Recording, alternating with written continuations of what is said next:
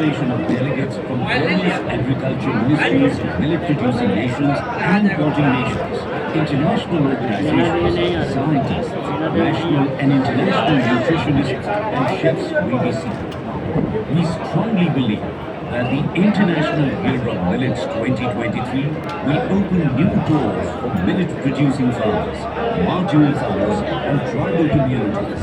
India will play an important role in this mission.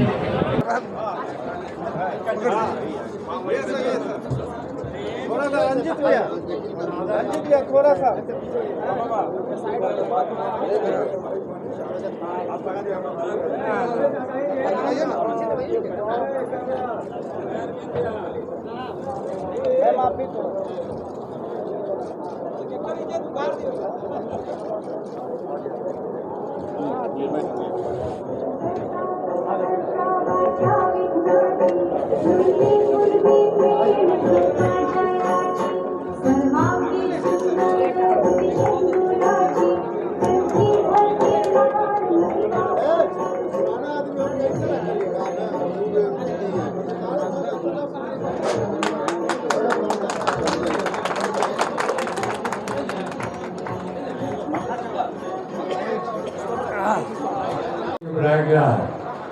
दूसरा आप देखिएगा हमारा जो बिहार है इसमें 2 यूनिवर्सिटी है, 2 विश्वविद्यालय, एक हरियाणा में सोनीपत में है, दूसरा तमिलनाडु टुंडी में है। और आपको इस बात की जानकारी होगी, बहुत खुशी होगी कि परसों 11 तारीख को 3 बजे दिन में हाजीपुर में हमारे विभाग का बहुत बड़ा कार्यालय खुलने जा रहा है, जिसमें ट्रेनिंग सेंटर खोला जाएगा। और चूंकि बिहार में हमारी सरकार नहीं है, फिर भी मैं बिहार के मुख्यमंत्री से आग्रह करता हूँ कि यदि बिहार सरकार हमको जमीन मुहैया करे तो मैं हाजीपुर में भी यूनिवर्सिटी खोलने का मैं प्रयास करूँगा। साथियों देखे होइएगा कि G20 जो G20 देश के लिए महत्वपूर्ण है, हिंदुस्तान के लिए महत्वपूर्ण है, उसकी अध्यक्षता मैंने चंडीगढ़ में की पहली बार। और पूरे देश में G20 का चल रहा मामला और पूरे देश में इस तरह की बात है। हमारे विभाग में काफ़ी जैसे फूड प्रोसेसिंग में जो भी चीज़ है, कोल्ड स्टोरेज है और तरह का मेगा फूड पार्क है, मिनी फूड पार्क है, इसकी संख्या दिन प्रतिदिन बजट में बढ़ा है। और बिहार में भी हम लोगों ने इसकी शुरुआत की है। और पूरे देश में यदि आप देखेंगे तो 9 लाख लोगों को हमने रोजगार दिया है। और काफी संख्या में बिहार में काफी संख्या में लोग ये खोल रहे हैं। दूसरी बात है कि 2024 आगामी 2024 में लोकसभा का चुनाव होने वाला है और ये चुनाव बहुत ही महत्वपूर्ण चुनाव है। और इस चुनाव में और खास करके बिहार में मैं पूरी ईमानदारी से आपको बतलाना चाहता हूं कि बिहार में एनडीए गठबंधन की सरकार जो पूरे देश में है और माननीय प्रधानमंत्री जी इस संबंध में आपको भी मालूम है कि पूरे विश्व का जो सर्वे हुआ है उस सर्वे में पूरे विश्व के स्तर पर सर्वमान्य नेता के रूप में परम आदरणीय नरेंद्र मोदी जी का नाम आया, 1 नंबर पे आया।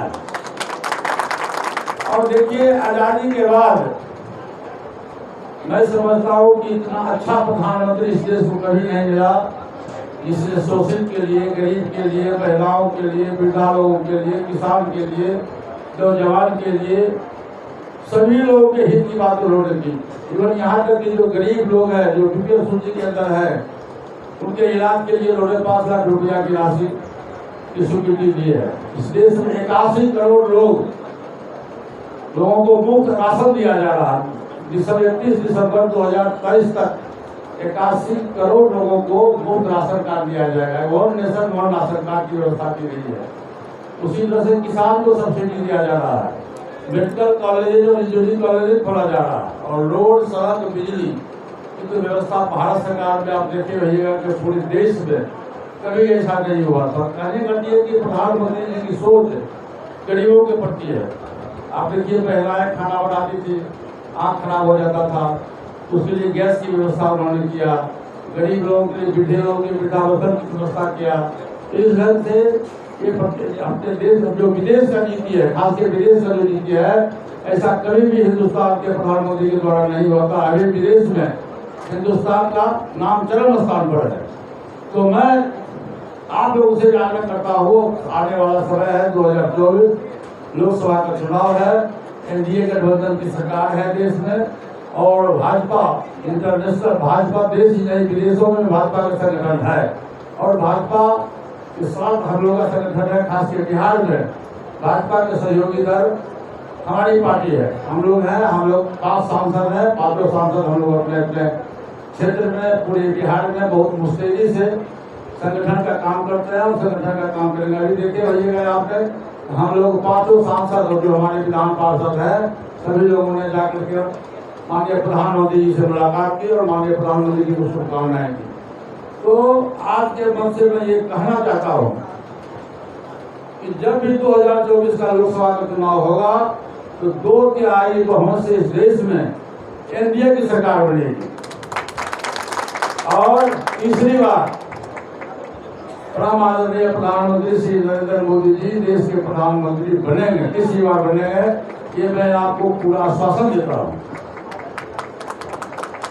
दूसरी बात है, बिहार की स्थिति जो है, आप देख रहे होइएगा कि तकरीबन 7 महीना हुआ है श्री नीतीश बाबू को एनडीए छोड़ के आरजेडी गठबंधन में जाते हुए, तकरीबन 7 महीना हुआ, और बिहार की स्थिति दिन प्रतिदिन बदतर होते जा रही है।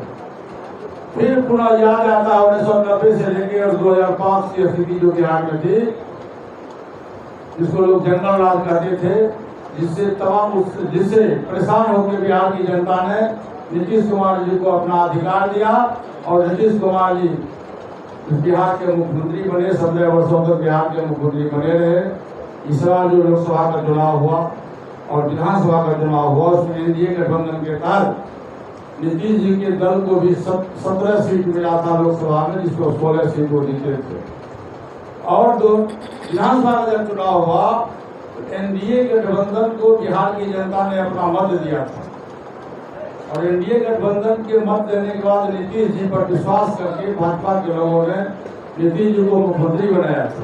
लेकिन नीतीश जी ने बिहार की जनता के साथ अपमान किया और बिहार की जनता को उन्होंने धोखा दिया, और एनडीए गठबंधन छोड़ के और रातों रात चले गए आरजेडी गठबंधन में। ये बिहार के लिए बहुत ही शर्मनाक घटना है, दुर्भाग्यपूर्ण घटना है। अब अभी आप रिसेंटली देखे होइएगा, रामनवमी के अवसर पर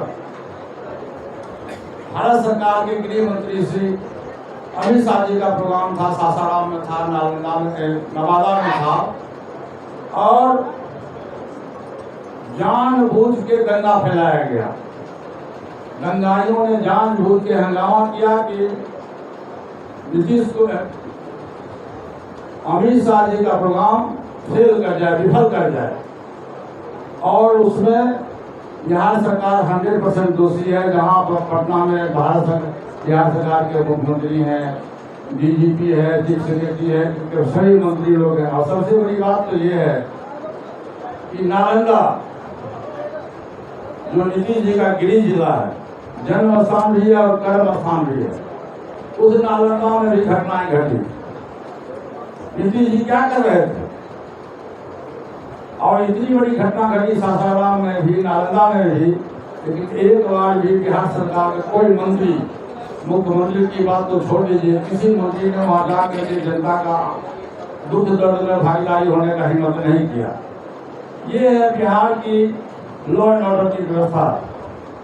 तो मैं बार बार कहता हूँ कि देश में जब भी चुनाव होगा, 2024 का लोकसभा चुनाव होगा, 2025 का विधानसभा का चुनाव होगा, तो लोकसभा के चुनाव में प्रधानमंत्री का पद की वैकेंसी नहीं है।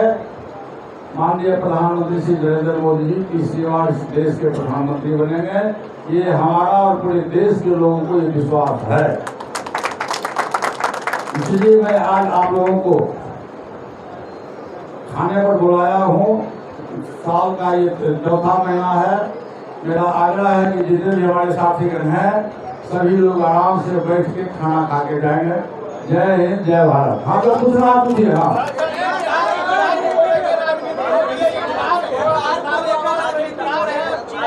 पासवान जा रहे हैं, चिराग पासवान जा रहे हैं। अरे यार चिराग पासवान की बात मत करो, हमारी बात करो, एनडीए की बात करो। चिराग पासवान कहाँ जा रहा है नहीं जा रहा उससे तो क्या मतलब है?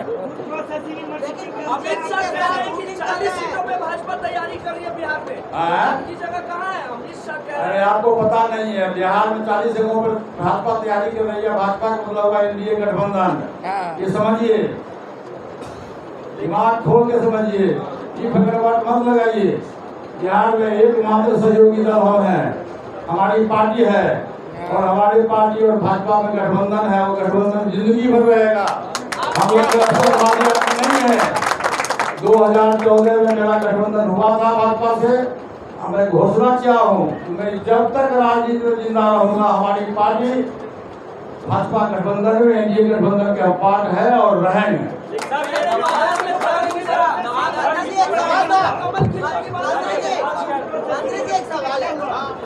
भाजपा के साथ हैं, हाँ बोलिए। लेकिन भाजपा के प्रदेश अध्यक्ष को वोटिंग किया जाता है। किसने वोटिंग किया है? आपके भतीजे की पार्टी। हमारे भतीजा क्या करते हैं जी? उसने तो कहा दिया कि मेरा खून उससे खून का फर्क है, वो मेरा भतीजा नहीं है। उसने तो कहा दिया ओपनली कि आपके खून में मेरे खून का फर्क है। आप देखे होइएगा कि लास्ट ईयर भी जब मैं मोकामा गया था, इसी तरह का दुर्व्यवहार हुआ था। इसलिए मोकामा एक सार्वजनिक स्थल है, एक धर्म स्थल है, वहाँ सबको जाने का अधिकार है। किसी व्यक्ति विशेष का नहीं है वो। और उस दिन सम्राट चौधरी गए, उनके साथ दुर्व्यवहार हुआ।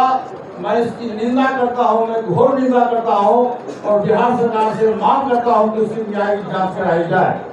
विपक्ष ये कह रहा है, पशुपति पारस जी विपक्ष ये कह रहा है, केंद्र में जो विपक्ष बैठा है वो कह रहा है कि चुनाव आने से पहले बीजेपी और सहयोगी पार्टियां चिंता न करें कि प्रधानमंत्री का चेहरा कौन होगा, और ऐसा चेहरा होगा कि वो देखेगा बीजेपी और उनकी सहयोगी। विपक्ष के पास में कोई चेहरा ही नहीं है। अभी आप देखें हैं शरद पवार जी का बयान सुने हैं आप? विपक्ष के सबसे बड़े नेता के रूप में माने जाते थे शरद पवार जी। कल जो उनका बयान आया, उस बयान को आपने देखा है, पढ़ा है, सुना है? विपक्ष कभी एकजुट नहीं हो सकता है। विपक्ष का अलग अलग बिखराव है। ममता बनर्जी कभी कांग्रेस के साथ नहीं आ सकती है, ममता बनर्जी कभी सीपीएम के साथ नहीं आ सकती है, केजरीवाल कभी कांग्रेस के साथ नहीं है। सबका एक अलग अलग लोकल इशूज है। और प्रधानमंत्री का पद बहुत बड़ा पद है। जब गांधी जी, इतना आसान नहीं है कि प्रधानमंत्री की कुर्सी में कोई विपक्ष बैठ जाएगा। ये बहुत ही कठिन काम है। और नरेंद्र मोदी जी बाघ हैं। नरेंद्र मोदी जी के सामने में कोई दूसरा विपक्ष नहीं है, वो पंगु बना हुआ है।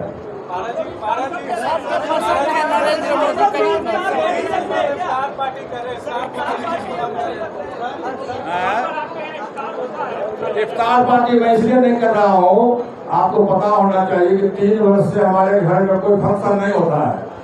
जब से स्वर्गीय रामचंद्र पासवान जी की मृत्यु हुई, स्वर्गीय हमारे बड़े भाई साहब की मृत्यु हुई, उस समय से हम लोग ने छठ पर्व करते हैं, ने होली मनाते हैं, दीपावली मनाते हैं, इसलिए हमने इफ्तार पार्टी नहीं मनाया।